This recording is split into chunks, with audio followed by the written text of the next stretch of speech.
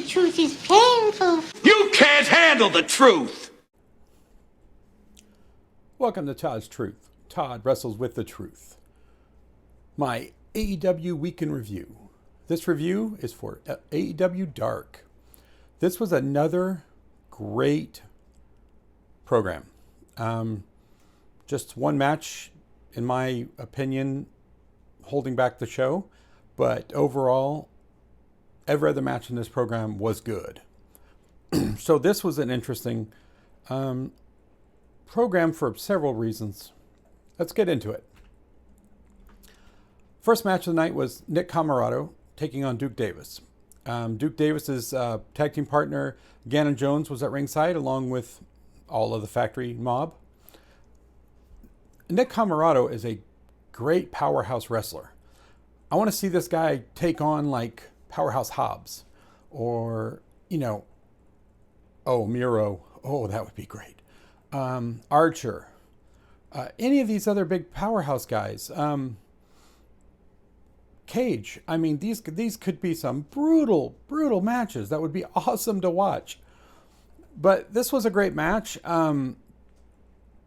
Comoroto did what he does. He outmuscled the guy, his opponent, and got the win. It was a great match. Then something weird happens. So Comoroto turns around to walk towards QT Marshall and the rest of the gang standing there.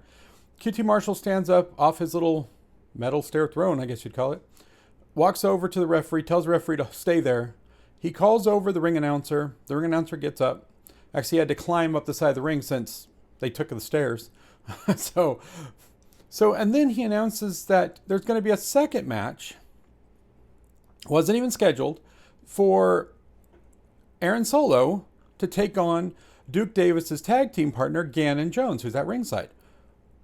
Okay, hey, if a match that wasn't even scheduled. Okay, great. So this was a great match. Well, the thing too is Gannon Jones is huge. He's got to be like 6'7" at least.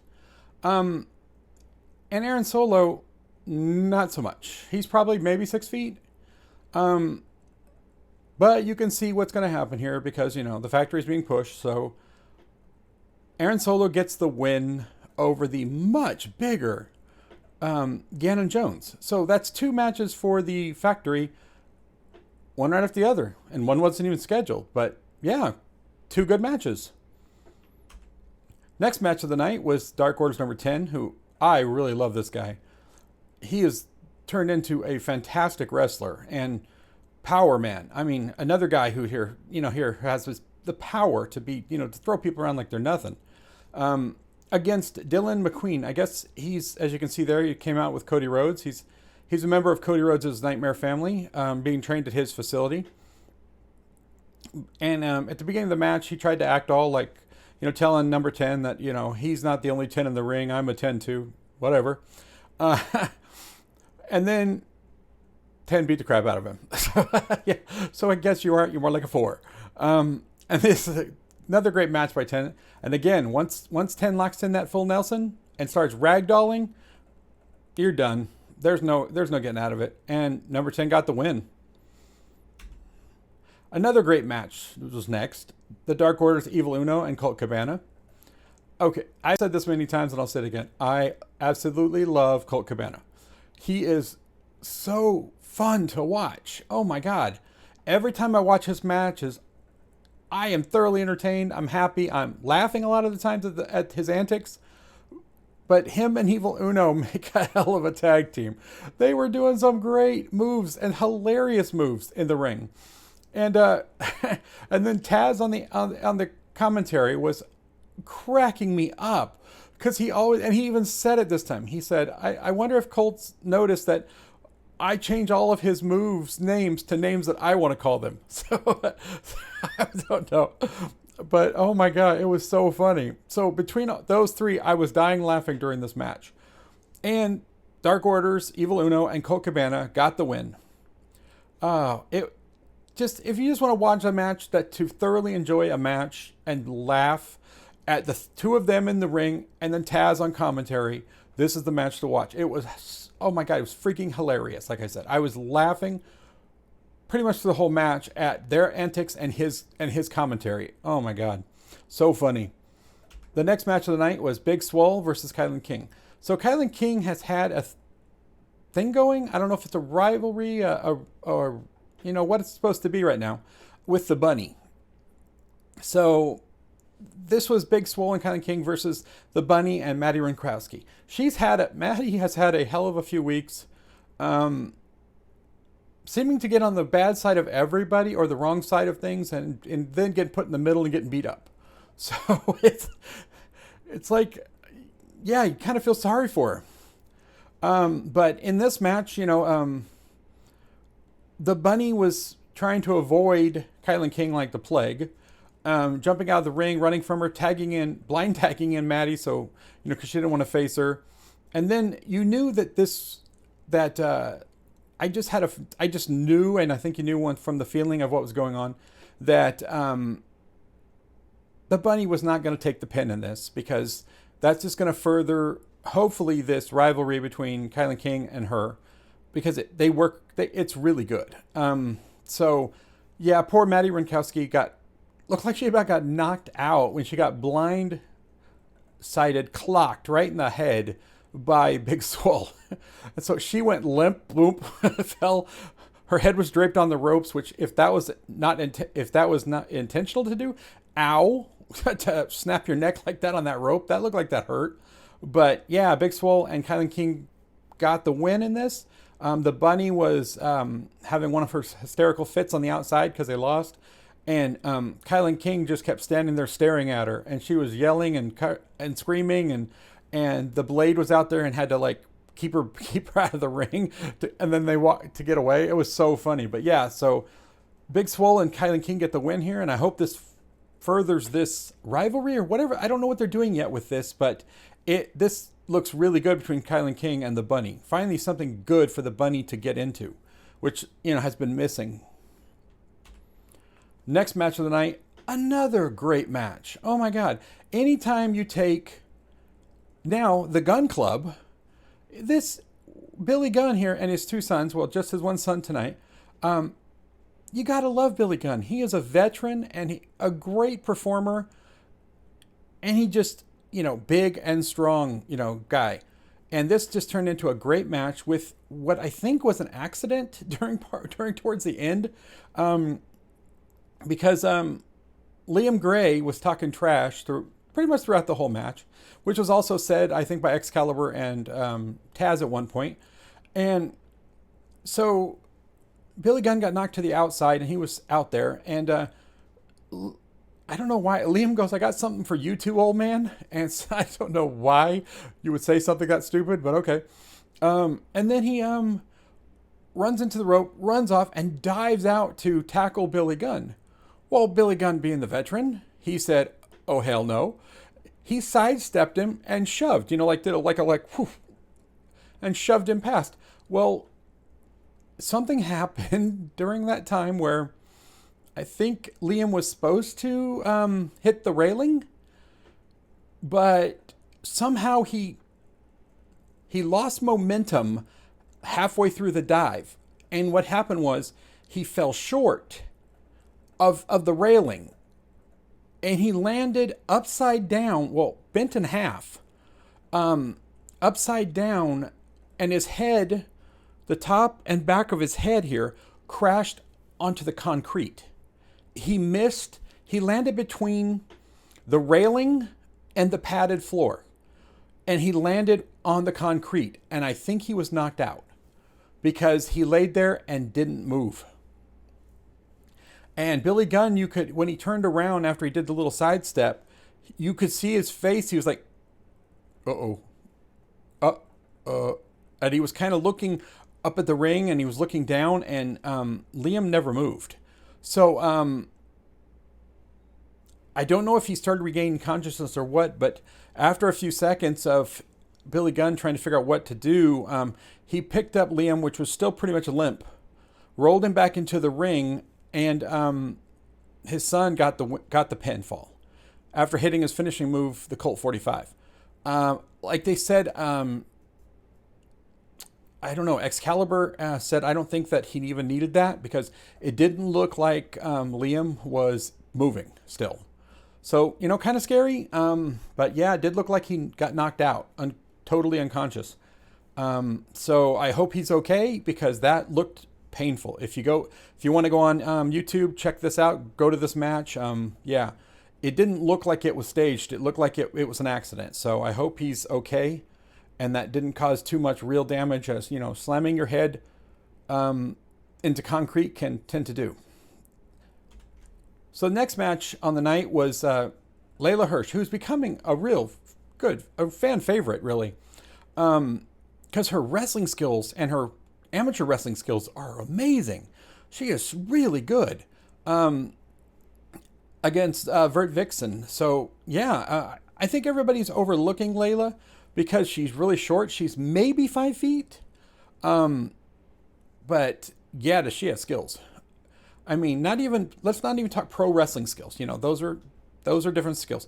But her amateur skills, you can see her amateur wrestling skills in everything she does in the ring, which is impressive. And so, yeah, just another great match by Hirsch. And once she locks in that cross armbar, yeah, you're either going to submit or, in reality, if somebody locked that in, you're either going to submit or you're going to have your shoulder popped out. That's the only two things you got once that move's locked in. And Layla Hirsch gets the win with that move. Another great match. This, not so much. So, as you consider... Yeah, that's what I think of this. The only thing about this match that was anywhere near anything other than interesting or a snooze fest was when Jason, I hope I'm pronouncing his name, Hotch, did a backbreaker move I have literally, in all my years of watching wrestling, never seen. And when he did it, even the announce team went, what was that? What is that? Even Taz, with all of his years of in-the-ring work and all of his years of training and experience, he has never seen this move before. So that tells you something. When even Taz was like, what was that? How did he do that? So, yeah, that was the only thing about this entire match that was worth watching. Oh, yeah, and Dante, of course, got the win because for God knows whatever reason, he's being pushed. The next match of the night was Diamante. So she's been on a tear lately against Rika Tahaki. She is going to be a star in AEW. She is really good already. And this was just a back and forth match that showed off her talent. We already know Diamante's good. But yeah, so it was just a great match. And I can't wait to see Rika get some wins now, as she's starting to, come into her own, which she is going to be a star. I'll say that right now. Yeah, but Diamante gets the win in this, and another great match. Next match was kind of surprising for me, but Joey Janela versus Bear Bronson. Bear Bronson is a big dude.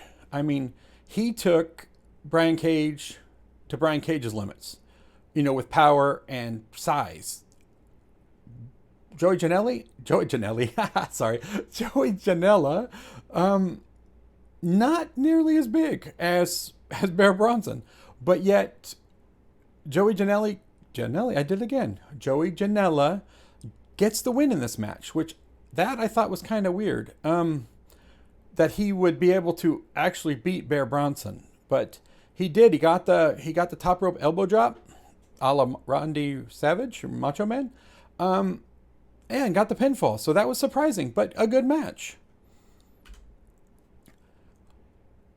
Next match of the night was Angelico versus Ryzen. Every time I see Angelico, I like him more and more.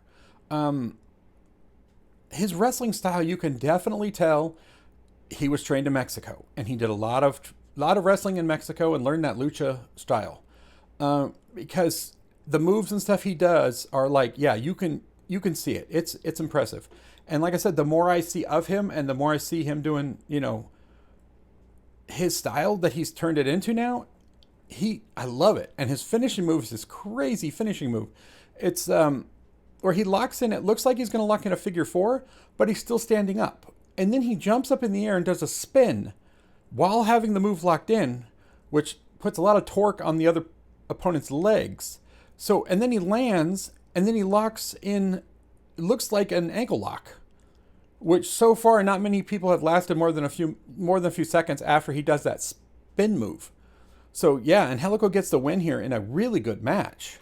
I don't know where his tag team partner is right now. I hope he's not hurt, because Angelico just came back from an injury where his tag team partner had to do single matches while he was gone. So I'm hoping, he's not hurt, because they need to get back to tag team wrestling. But yeah, another great match. So here's an interesting setup.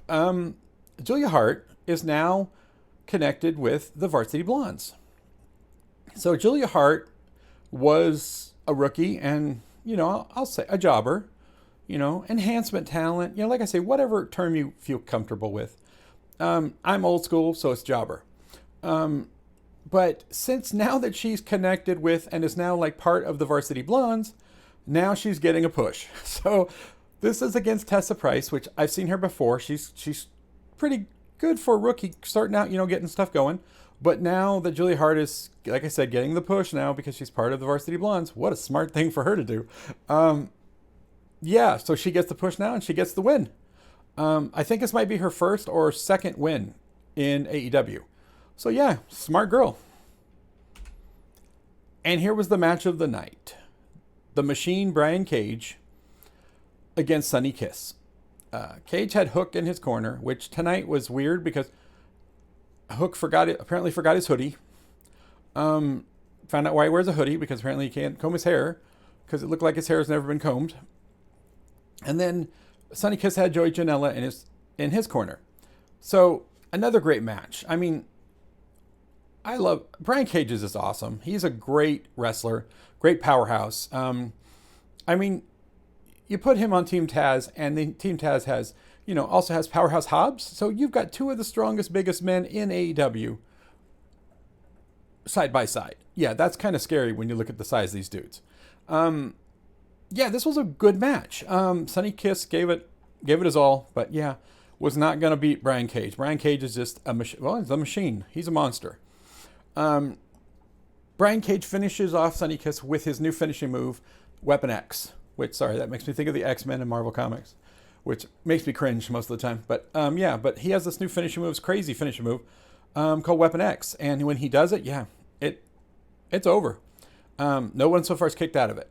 And so after he gets the win, Hook jumps in the ring and starts attacking Sonny Kiss. So is that to say you're tough or you're a big wuss because you have to attack the guy after he's got the crap beat out of him by Brian Cage? But the weirdest part about this was Joey Janela didn't try and help. That was weird. So Joey Janela jumps up on the ring apron by the stage, starts to come in, and Brian Cage just stands back against the opposite ring post and goes, "Go ahead, do something." And Joey Janela doesn't. He stops, he looks at Brian Cage, he looks at Hook, who is now locked in this chokehold on Sonny Kiss. And Joey Janela didn't do anything. He just started to walk away slowly. He looked back a couple times, and then he just covered his face like this. And then he walked away and walked down the tunnel and left. And then after a few minutes, Brian Cage told Hook to stop, and they got up and celebrated. And that's where the show ended. So what's going on with Joey Janela? Joey Janela has never backed down from anything, and he's not afraid of anybody. He's taken on some crazy people, big name people, and doesn't back down. But all of a sudden now he backs down and acts like he's, a coward. So it's really weird. I'm really interested to see where this goes on maybe Dynamite or maybe the next Elevation or Dark, because this was very strange. I'm very curious to see what Sonny's reaction to this is going to be. So yeah, another great Dark. They are just, like I said, Elevation and Dark are just roaring in great wrestling. It's just amazing. So, but the weird thing's going to be because of the hockey thing with TNT going on, I guess. The next episode of Dynamite is not going to be Wednesday night. It's going to be Friday night. So remember to, set a reminder for that it's not Wednesday night, but it's going to be Friday night for Dynamite. And with it coming up this weekend, we're also coming up to the next pay-per-view. So that's going to be awesome as well. So you're going to have like Friday, and I think it's Sunday is the pay-per-view. So yeah, we're going to have a good weekend of wrestling coming up. Well, if you enjoyed this AEW weekend review of AEW Dark, then I'll see you in my next review, which is going to be AEW Dynamite on Friday, like I said. And then I will also be doing a review on AEW's pay-per-view coming up, Double or Nothing, which is going to be, looks like the match setup is going to be awesome. So if you did like this review, please like, share, and subscribe, and I'll see you in the next review for AEW Dynamite.